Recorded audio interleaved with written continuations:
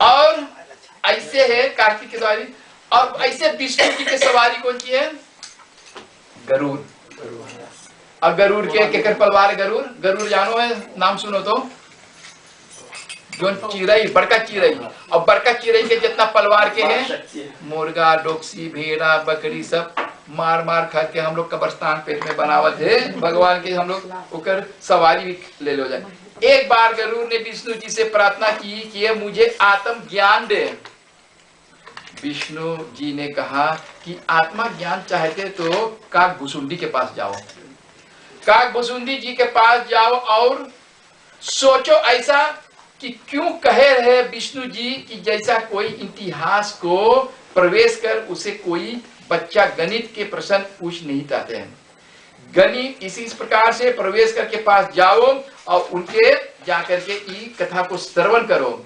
काकभुसुंडी पहले साहेब के शिष्य थे, काकभुसुंडी कबीर साहब के शिष्य था और शिष्य था, और गरुड़ जी भी रहे। तो गरुड़ जी आत्म ज्ञान पाने के लिए काकभुसुंडी जी के पास गए, उन्हें कोई सवाल पूछा।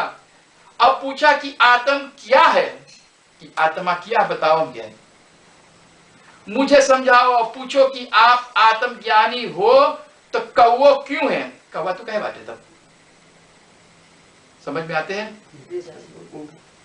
काकभुसुंडी जी ने कहा कि पहले जन्म में मैंने एक बार गुरु के अपमान किया था। गुरु का अपमान न करना तो लोग कोई नहीं। मुझे अहंकार था कि मुझे गुरु से अधिक ज्ञान है। यहाँ थोड़े से जब पढ़ ले तब गुरु से एकदम ऊंचा हो गया है। एक बार जब गुरु जी आया था, सब ने प्रणाम किया और मैंने नहीं किया। पहले यहाँ भीतर हलो तो सिर झुकाओ, नरम हो जा, एकदम से नरम नरम हो जा। कितने कितने लोगों तो शास्त्रांग प्रार्थना करके आंसू गिरावे कि दर्शन के मैं बलिहार, गुरु जी मैं तेरे दर्शन की बलिहारी हूँ।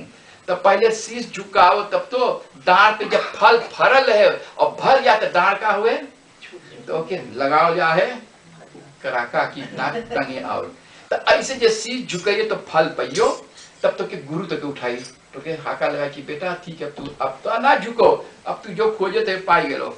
एक बार जब गुरु जी ने तो अपने से नाम लिया तो मैंने नहीं किया। तो मैं शिव मंदिर में था और शिव जी ने मुझे श्राप दिया, कहा कि मेरे स्थान पर गुरु की निंदा की, जा तू कौवा बन जाओ। काकभुसुंडी, तब मुझे गुरु के ध्यान आया, तब हम गुरु के ध्यान कर ली, जो गुरु के आज्ञा पालन कर ली। मैं उनके पास गया और कहा कि शिव जी का वचन तो मिट नहीं सकता, पर आप कृपा करो। गुरु ने पूछा कि क्या चाहते हैं? मैंने कहा कि मुझे कौवा के जोनी में भी आत्म ज्ञान रहे, मेरे आत्म ज्ञान ना मिटे।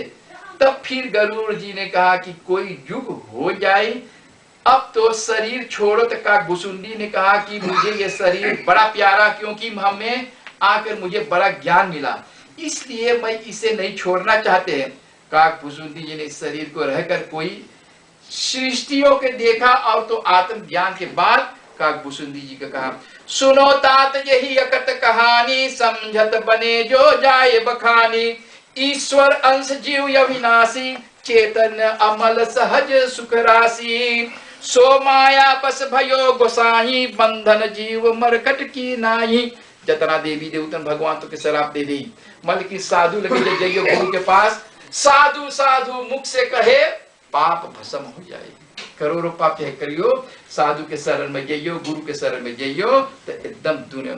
सुनो तात यही अखत कहानी, अखत जोनी कहाना जोई। समझ बने जो आए बखानी, जो समझे तो भी कठिनाए। नहीं वरन की जो जाए, ईश्वर अंश जीव अविनाशी। हम लोग सब कोई ईश्वर के अंश बाती जीव जो है, हम लोग परमात्मा के सब कोई अंश है। हम लोग के कोई ना कोई बाहर या बाटल या कुछ है, हम लोग सब परमात्मा के लोग से आई और परमात्मा हमारे हैं और परमात्मा हम उनकर बाती। फिर कहा चेतन यमल सहज सुख राशि, ये चेतन हो सजीव। शरीर जो जड़ चीज है, आत्मा जड़ चीज नहीं है। आत्मा जो जड़ चीज ना शरीर। फिर ये अमल है यानी मूल रहित, किसी भी अवगुण से रहित, इसमें कोई भी गंदगी नहीं। शरीर तो गंदगी भरा, बिना बना भी गंदगी से, पर आत्मा अनयुक्त निर्मल है। वह सहज है, सहज सुख राशि, यानी छल कपट से बाहर है। इंसान में तो छल कपट है, लेकिन जो ये आत्मा में अमर अविनाशी। इंसान तो छल कपट है, समझना, छल करी, कपट करी, गला काटी, दूसरों के और धसा दे, लेकिन आत्मा अमर अविनाशी। तो ऐसे गुरु जी कहते हैं कि इनके ध्यान पूर्वक इसके ग्रहण करते हैं तो अवश्य वो सच्चा नाम वो गुप्त है, उसे बिरले संजन जानती है। 52 अक्षरों के सीमा में आने वाले जितने भी नाम वो सब प्रगट है शास्त्रों में, उनके लेखक है वो सच्चा नाम अक्षर सीमा से परे है। जो अक्षर है ये सब बनावल हैगा मनुष्य मात्र की बंधन में डाल के। अक्षर से बाहर परमात्मा, परमात्मा निस्तत्व है, निरंकार है, निर्गुण निरंकार रूप है। लेकिन अब सरगुण में जो दिखाई मान है, जैसे एक सरगुण में गुरु लोग आवे, परमात्मा लोग आवे, ये सब लोग आवे, इसी प्रकार से समय के अभाव से भी हम थोड़ा अपना भी वाणी को विराम करेंगे और फिर हम लोग एक चौका भजन गाएंगे, तो फिर आरती प्रसाद होंगे। तनी और सुबह के आना, जैसे रात्रि के समय निकल जाते हैं तो अच्छी अच्छी कथा आप लोग उसको नहीं ग्रहण कर पाते हैं। तो जैसे समय से जो आना है तो अच्छी अच्छी कथा भी आप उसको लेके जा सकते हैं, समझना, और अपने जीवन में उतारना है। और जो कुछ देर में आते हैं तब अच्छी अच्छी कथा सब निकल जाते हैं। सब देवता भी निरंकार रूप में सुनना चाहते हैं। निरंकार 33 करोड़ देवी देवतन है, उनसे वो भी आके घर जहाँ जहाँ गुरु के पूजा होते हैं वहाँ ब्रह्मा विष्णु महेश देवी देवता से यहाँ उपस्थित रहे निरंकार रूप में।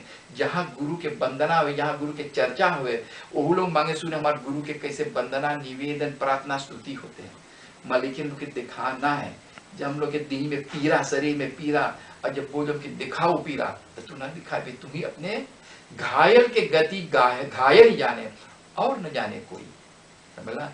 तुम्हारे देह में घायल या गति शरीर में पीड़ा है तो तू ही करी जान पहले। ऐसे आत्मा में परमात्मा सबके अंदर में विराजमान है। हम आप लोगों से सबसे बंदगी करते हुए पार ब्रह्म परमेश्वर परमात्मा सदगुरु कबीर साहब के पावन चरणों पे हम उनको बंदगी करते हैं।